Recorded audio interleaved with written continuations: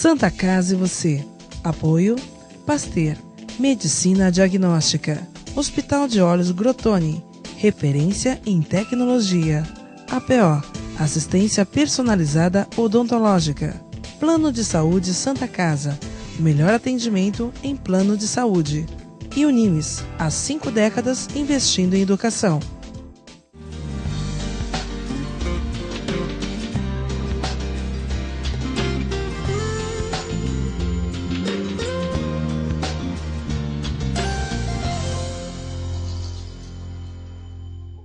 Boa noite, telespectador. Boa noite, telespectadora. Está no ar o Santa Casa e você, que na edição de hoje vai falar sobre a importância da prevenção ao acidente vascular cerebral, o famoso AVC. Nós recebemos aqui nos nossos estúdios o médico neurologista da Santa Casa de Santos, Dr. Juarez Herding. Boa noite, doutor. Muito obrigado pela presença. Boa noite. Obrigado pelo convite. Dr. Juarez, rapidamente, existem vários tipos de AVC. Eu queria que o senhor explicasse para o nosso telespectador o que são os acidentes vasculares cerebrais e como que a gente pode nos prevenir a respeito desse problema que cada vez mais atinge muita gente. É verdade. Hoje o AVC ele é a principal causa de morte no mundo. Dependendo da região, né, dependendo do país, da cidade, ele está oscilando ali entre primeira e terceira causa de morte. No Brasil, a gente infelizmente tem aí, na grande maioria das regiões, como primeira causa mesmo aí de comprometimento da saúde no sentido de óbito e no sentido de sequelas, né? Então é uma doença incapacitante muitas vezes e com esses altos índices. O que é o AVC então? A gente tem 2 tipos de comprometimento vascular cerebral, né? O AVC hemorrágico, que é quando sangra uma artéria no cérebro, ou o AVC isquêmico, que é responsável por 80% dos AVCs, que é o entupimento de uma artéria. Então, entope uma artéria, o sangue para de passar naquela região e uma área do cérebro sofre ali as consequências dessa falta de oxigenação, né? Em relação ao momento do AVC, o AVC ele avisa, é como um ataque cardíaco, por exemplo, que a pessoa sente uma dor muito forte no peito, ou é uma doença, digamos, um ataque silencioso? Você colocou muito bem, porque o infarto, o ataque cardíaco, o infarto, ele é uma emergência e as pessoas entendem que é uma emergência médica, né? Porque quem tem uma dor no peito, quem já teve uma dor no peito, sabe muito bem do que a gente está falando da sensação de morte iminente. Então é uma emergência médica, deve ser imediatamente procurado um pronto atendimento, um pronto-socorro.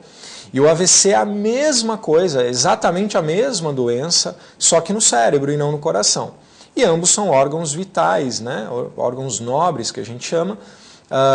Então a emergência da situação é a mesma, a gravidade é a mesma e o processo é muito semelhante de obstrução de uma artéria, de falha na oxigenação daquele tecido cerebral, que é igual ao tecido cardíaco nesse fenômeno que falta oxigenação ali local. Entretanto, as pessoas não encaram como emergência médica muitas vezes, né? Existe uma tendência de achar que vai passar ou fazer uma massagem, dormir um pouquinho, ver se melhora, e porque não há sensação de morte iminente. Salvo os casos mais graves, onde há perda de consciência, os fenômenos, os sinais ali são muito mais evidentes e aí as pessoas encaram como uma emergência. Mas do contrário, quando os sintomas são um pouco mais leves no início, eles são súbitos, como o infarto é, mas as pessoas subestimam como uma emergência e não procuram pronto-socorro imediatamente. E quais seriam esses sinais de que a pessoa vai ter um AVC ou está tendo um AVC? Podem ser vários sinais, mas os mais comuns que as pessoas têm que se alertar, que até são os mais conhecidos, é uma dificuldade na fala, então a fala um pouco enrolada, como se a língua estivesse se enrolando para falar, ou uma dificuldade para a expressão da linguagem, então uma alteração na fala. Uma alteração na boca, então muitas vezes a boca fica torta, né, o desvio da boca para um dos lados, e a fraqueza num braço, numa perna ou nos dois, dificuldade então de levantar, de manter o braço, de pegar um então, objeto na perna, de pegar um objeto. Às vezes não é uma fraqueza, mas um formigamento de um lado do corpo. A pessoa pode ter um desses sintomas ou pode ter todos esses, o que fica muito mais evidente no caso de ter vários sintomas, né?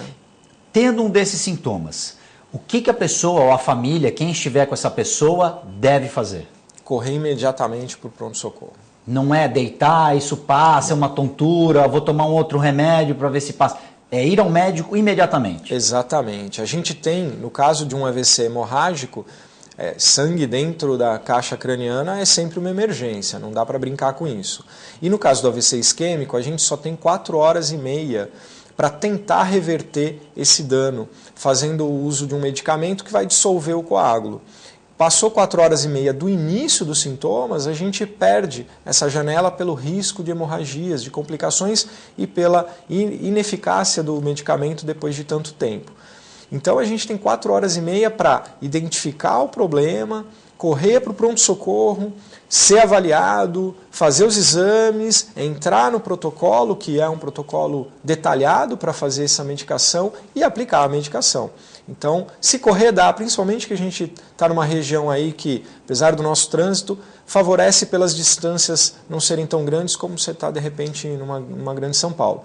Mas a gente tem que correr. Então, assim, identificados esses sintomas, vá para o pronto-socorro mais próximo, essa é a nossa recomendação. Ah, mas não era só uma labirintite, alguma coisa que parecia que era e não era só um formigamento, dormir em cima do braço, acontece. Paciência, eu prefiro que o paciente chegue no pronto-socorro e seja uma besteira do que fique em casa com AVC. E é bom frisar que dentro dessa janela, dessas 4 horas e meia, existe um protocolo muito demorado e que você não pode ficar deixando de ir, essa hora está passando e você literalmente está contra o relógio, porque até a droga entrar no sistema e começar a fazer o efeito, também tem um tempo para ela agir, né? Exatamente. Isso é uma situação onde a gente costuma falar que tempo é cérebro. Então, cada minuto que passa, eu tenho neurônios que vão morrendo durante aquele processo do AVC, da isquemia. Então, a hora que chegar no hospital, não é eu vou chegar com o braço estendido para tomar o remédio. Perfeito. Eu vou chegar, vou abrir a ficha, vou ser avaliado numa triagem, vou passar pela avaliação médica, vou ter que fazer a tomografia nessa suspeita então de ser um AVC mesmo, vou fazer uns exames de sangue, vai se enquadrar no protocolo, vai ser discutido o caso com o neurologista, quer seja presencialmente ou à distância, para validar esse diagnóstico e essa indicação do medicamento, porque é um medicamento que tem suas contraindicações e seus riscos também. E aí sim, se o paciente estiver com todas essas condições e com os exames adequados, vai ser feito o medicamento. Então, a gente tem muitas vezes um pronto-socorro que não tem essa estrutura, não tem uma tomografia, então esse paciente vai ser ainda transferido. Então, é uma questão muito delicada de tempo. Quanto antes o paciente chegar, mais chance ele vai ter de ter sucesso aí nesse tratamento. Rapidez é fundamental. Santa Casa e você vai fazer um rápido intervalo, nós voltamos em instantes.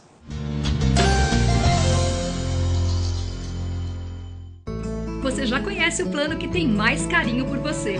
É o mesmo do maior hospital da região e que traz novidades. Além dos planos que já existem, agora você pode ter um plano só sênior. Conta também com o Programa de Atenção à Saúde de Idosos e Pacientes Crônicos e com o Santa Saúde, clínica que atende mais de 25 especialidades. Tudo no mesmo lugar. Plano Santa Casa Saúde. Mais benefícios, mais novidades e muito mais carinho por você. Pasteur Medicina Diagnóstica, o primeiro e mais tradicional laboratório da cidade de Santos. O Pasteur Medicina Diagnóstica possui uma unidade de imagem que oferece exames de ressonância magnética, tomografia computadorizada e o primeiro PET-CT da Baixada Santista. Disponibilizamos serviços de coleta móvel, medicina ocupacional e o serviço exclusivo de Drive-Thru Coleta, distribuídas em Santos, São Vicente, Praia Grande, Cubatão e Guarujá. Pasteur, mais completo ainda.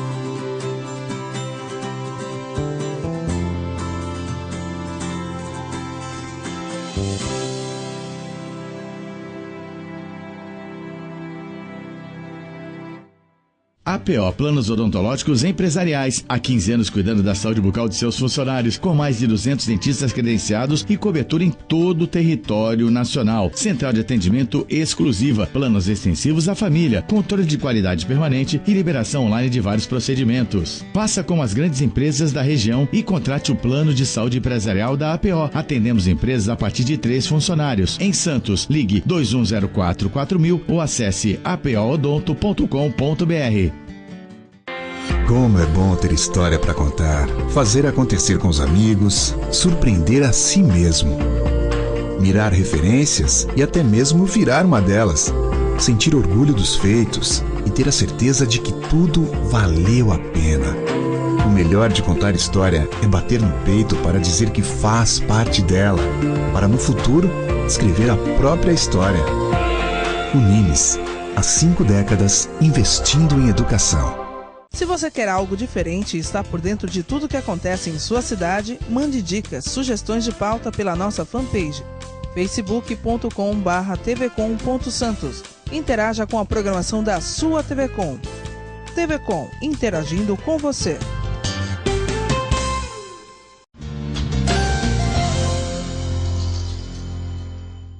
Santa Casa e você já está de volta. Na edição de hoje nós recebemos o médico neurologista da Santa Casa, Dr. Juarez Harding, que está falando sobre a importância da prevenção do AVC. Dr. Juarez, no primeiro bloco nós fizemos uma introdução, explicamos um pouco como é que funciona o AVC. A Santa Casa realizou um dia especial para se falar da importância da prevenção ao AVC. Como é que foi essa atividade? Nós temos imagens, eu vou pedir para a nossa produção soltar. Como que foi esse dia e qual foi a conversa que vocês tiveram? Foram com todos os pacientes do hospital? Então, a gente nessa semana, a gente está comemorando aí em outubro o Dia Mundial de Combate ao AVC, né? Então, a Rede Brasil AVC, que é uma organização aí filiada ao governo federal, incentiva os serviços de saúde a promoverem campanhas nas suas regiões para ajudar a orientar a população na prevenção e no tratamento emergencial, aí, na orientação, na conduta perante um AVC. Isso é uma atitude mundial, né? Então, a Organização Mundial do AVC está por trás disso e dentro do Brasil, a Rede Brasil AVC, o governo federal e a Sociedade Brasileira de Doenças Cerebrovasculares incentivam esse tipo de ação. Então a gente, junto à Santa Casa apoiou esse ano essa ação e a gente fez em conjunto aí essa campanha. Então foi um dia inteiro na Santa Casa, dentro do hospital, onde a gente fez a medida da pressão arterial, o controle da glicemia, fizemos o teste da glicemia capilar nas pessoas interessadas. Não precisava ser paciente da Santa Casa, isso estava aberto ao público. Muita gente que estava circulando lá por dentro acabou participando, mas muita gente saiu de suas casas para ir lá fazer essa avaliação e receber orientações. A gente teve até surpresa teve gente que saiu de Mongaguá só para isso, para vir em Santos para ter esse tipo de orientação. Então a gente ficou surpreso, até isso denota aí a carência que a gente tem na população aí como um todo de informação. E lá a nossa equipe de neurologia, os residentes, mais outros médicos e vários profissionais da enfermagem da instituição fizeram aí esse trabalho. A gente conseguiu orientar bastante gente, a gente estava com todo o material aí da Rede Brasil AVC, um material muito bem elaborado, muito didático, com bastante informação que a gente forneceu, as pessoas levaram para suas casas esse material para replicar a informação, e ali tem muito detalhe informando a prevenção e tratamento de AVC. Então foi um dia inteiro, uma manhã e uma tarde muito proveitosa aí de um trabalho que a gente acredita que tenha bons frutos aí na comunidade. Existe o perfil da pessoa que vai ter um AVC ou todos estamos sujeitos a ter um AVC algum dia em função da nossa vida atribulada, do estresse, da má alimentação, sedentarismo? Hoje a gente fala em AVC na população em geral, né? Então criança, jovem, adulto, idoso, Homens, mulheres, negros, brancos, índios, todo mundo está exposto a ter um AVC, né? Ao longo da vida, de cada 6 pessoas, uma vai ter um AVC. Então, uma estatística tremenda. Isso estimado hoje, quer dizer, com o passar do tempo, isso pode piorar ainda.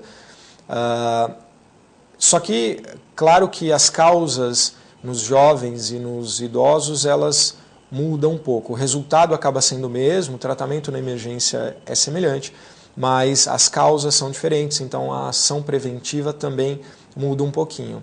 Acima dos 50 e 60 anos, a causa mais comum é aquela famosa arteriosclerose, né? Então, o sedimento ali nas artérias de cálcio e gordura, pelo envelhecimento e pelos fatores de risco, que leva à facilidade de obstrução desses vasos sanguíneos.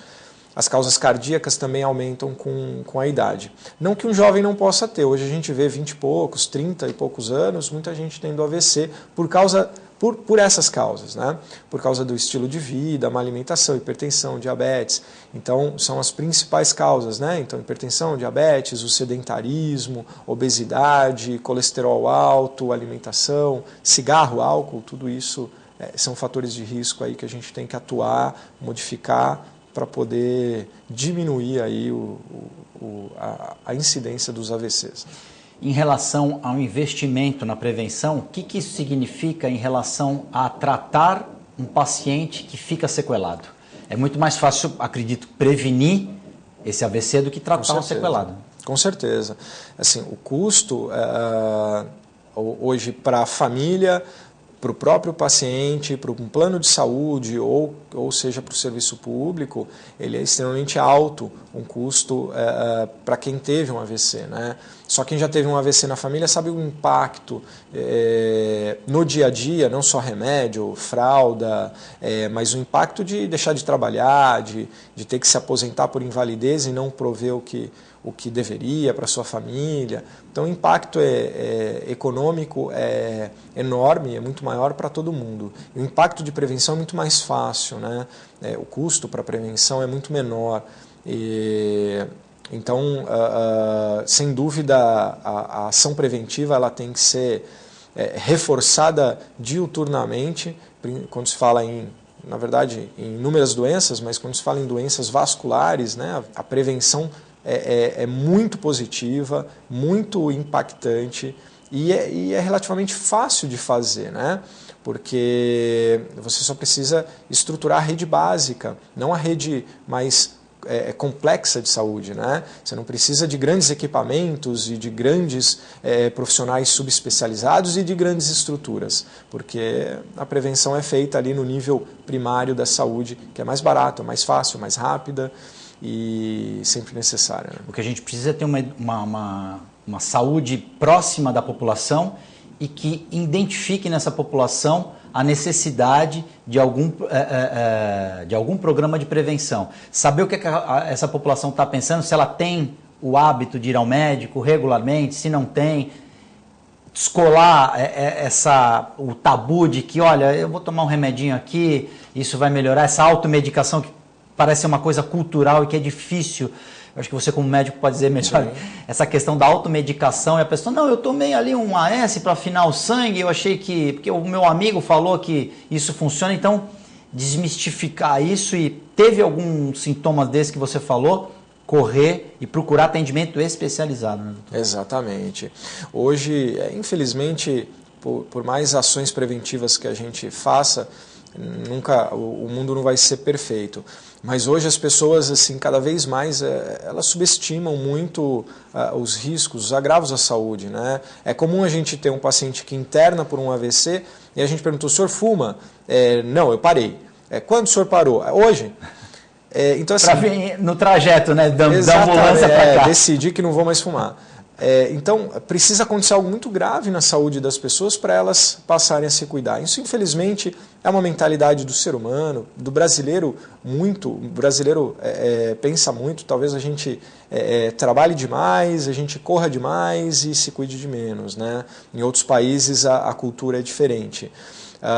Mas A gente tem que continuar batendo nessa tecla, as pessoas têm que se conscientizar antes que dê um grave problema de saúde em si, elas têm que passar a se cuidar, né? Tem que cair a ficha, né? 2 questões rapidinhas. Quem já teve um AVC, pode ter outro AVC?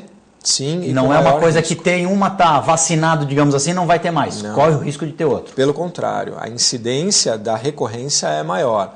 Tá? Estima-se aí que quem já teve um AVC tem, além do seu risco natural de ter AVC, mais 25% de chance. Então aumenta muito o risco de ter um segundo, terceiro e vários outros AVCs. Quem passou por um AVC sem sequelas tem de continuar sendo monitorado? Esse paciente vai ser monitorado até o fim? Exatamente, sim. Quem não teve sequelas, na verdade, deu sorte, né? Tem que agradecer ao Papai do Céu. Exatamente, porque a doença foi a mesma, o que levou a doença foi a mesma nela e numa outra pessoa que ficou com as sequelas. O que deu sorte é muitas vezes a área de comprometimento foi diferente, uma área menos nobre do cérebro, ou uma área um pouco menor, e aí privilegiou ali neurônios mais importantes por mera sorte. Então, a pessoa não tem que usar isso para se transformar aí num super-homem e achar que... A minha cota já foi agora? Exatamente. E se eu tiver outro, também não vai deixar sequela. Pelo contrário, o risco de sequelas é sempre grande. Quanto mais AVCs eu tenho, imagina que eu vou minando meu cérebro de lesões e eu vou perdendo capacidade funcional e muitas vezes eu passo a evoluir com...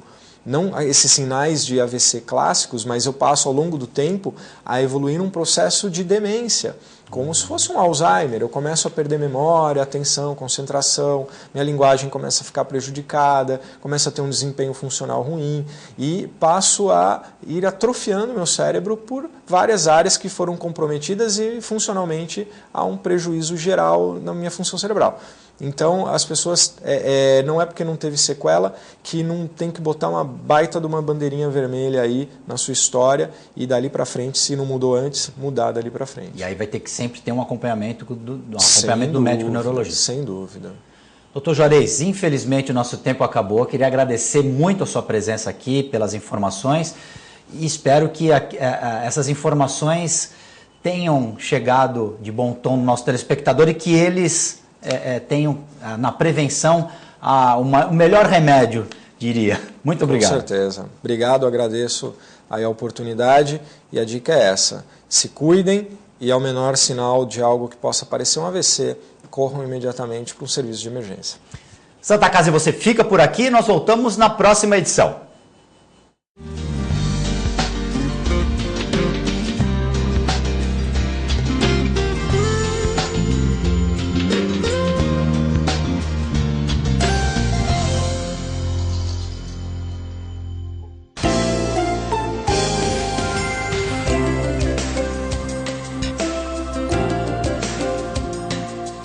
Santa Casa e você. Apoio Pasteur, Medicina Diagnóstica. Hospital de Olhos Grotoni, referência em tecnologia. APO, assistência personalizada odontológica. Plano de Saúde Santa Casa, o melhor atendimento em plano de saúde. E Unimes, há 5 décadas investindo em educação. APO Planos Odontológicos Empresariais. Há 15 anos cuidando da saúde bucal de seus funcionários, com mais de 200 dentistas credenciados e cobertura em todo o território nacional. Central de atendimento exclusiva, planos extensivos à família, controle de qualidade permanente e liberação online de vários procedimentos. Faça como as grandes empresas da região e contrate o plano de saúde empresarial da APO. Atendemos empresas a partir de 3 funcionários. Em Santos, ligue 2104-4000 ou acesse apoodonto.com.br. Você já conhece o plano que tem mais carinho por você. É o mesmo do maior hospital da região e que traz novidades. Além dos planos que já existem, agora você pode ter um plano só sênior. Conta também com o Programa de Atenção à Saúde de Idosos e Pacientes Crônicos e com o Santa Saúde, clínica que atende mais de 25 especialidades. Tudo no mesmo lugar. Plano Santa Casa Saúde. Mais benefícios, mais novidades e muito mais carinho por você. Como é bom ter história para contar, fazer acontecer com os amigos, surpreender a si mesmo. Mirar referências e até mesmo virar uma delas. sentir orgulho dos feitos e ter a certeza de que tudo valeu a pena. O melhor de contar história é bater no peito para dizer que faz parte dela, para no futuro escrever a própria história. Unimes, há 5 décadas investindo em educação.